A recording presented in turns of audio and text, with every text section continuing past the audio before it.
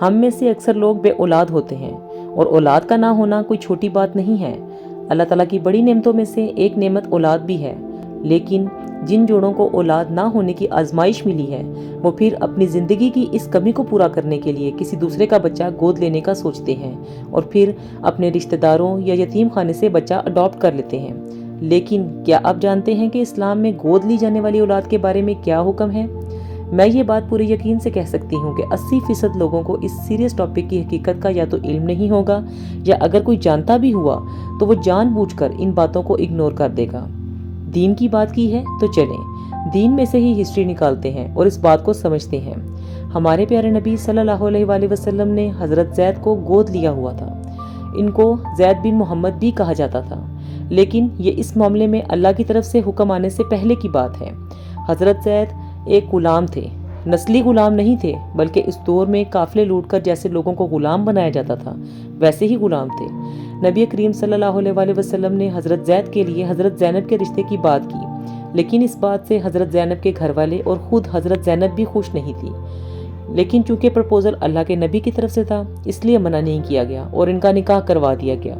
لیکن چونکہ حضرت زید غلام مینٹیلٹی کے تھے تو ان کی حضرت زینب سے زیادہ بن نہ سکی، اور حضرت زید نے بتایا بھی کہ میں حضرت زینب کو آنکھ اٹھا کر دیکھ بھی نہیں پاتا، کیونکہ حضرت زینب ایک آزاد خاندان سے تعلق رکھتی تھی، اس لیے ان کی اس سے بن نہیں سکی۔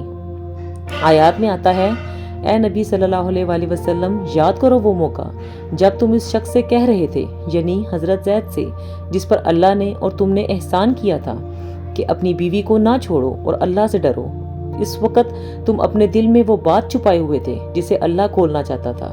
یہ بات روایات میں آتی ہے کہ اللہ تعالیٰ نے آپ صلی اللہ علیہ وآلہ وسلم کو بتا دیا تھا کہ اگر حضرت زید نے حضرت زینب کو چھوڑا تو پھر آپ کو ان سے نکاح کرنا ہوگا۔ تو اس کیفیت کو اللہ کے رسول کے ہاں بیان کیا جا رہا ہے۔ آپ صلی اللہ علیہ وآلہ وسلم اس آزمائش سے نہیں گزرنا چاہ رہے تھے، اس لیے کہ آپ صلی اللہ علیہ وسلم بھی لوگوں سے ڈر رہے تھے، اس لیے کہ اسٹیبلشڈ نارم تھا، منہ بولے بیٹے کی بیوی سے نکاح کرنا حرام سمجھا جاتا تھا۔ ایک تو وہ منہ بولا بیٹا ختم کروایا گیا، دوسرا اس نارم کو بھی توڑا گیا اللہ کے رسول کے ذریعے کہ منہ بولا بیٹا ایک تو جب ہوتا ہی نہیں تو پھر اس کی بیوی سے نکاح بھی ہو سکتا ہے۔ اور پھر ہوا بھی یوں ہی، حضرت زید اور حضرت زینب کا نکاح ختم ہوا اور حضرت زید کو دوبارہ ان کے والد کے نام یعنی حضرت زید بن حارثہ کے نام سے پکارا جانے لگا، اور ہمارے پیارے نبی کا نکاح حضرت زینب سے ہو گیا۔ اس نکاح کا مقصد یہی تھا کہ منہ بولے بیٹے کی حقیقت سب پر واضح ہو جائے کہ منہ بولے بیٹے دین میں آپ کے بھائی ہوتے ہیں، ان کو ان کی اصل ولدیت سے بلانا چاہیے۔ نہ چاہتے ہوئے بھی ہمارے نبی کریم صلی اللہ علیہ وآلہ وسلم کو اس آزمائش سے گزرنا پڑا کہ قیامت تک کے لوگوں پر اس کی حقیقت کھل جائے، اور رہنمائی نبی پاک صلی اللہ علیہ وسلم سے کروائی گئی۔ تو ہم سب کو اس بات کو ذہن نشین کرنا چاہیے کہ جہاں کہیں بھی ایسا کچھ بھی ہو تو دین کی روشنی میں سب حقیقت بتا دیں۔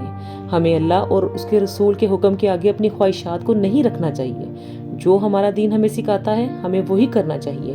جب ہم لے پالکوں کو اپنا نام دے ہی نہیں سکتے تو ہم اس کی کوشش بھی نہیں کرنی چاہیے۔ امید ہے اس ویڈیو کے ذریعے میں اسلام کا یہ پیغام آپ تک پہنچا پائی ہوں گی۔ دعاؤں میں یاد رکھیے گا۔ جزاک اللہ۔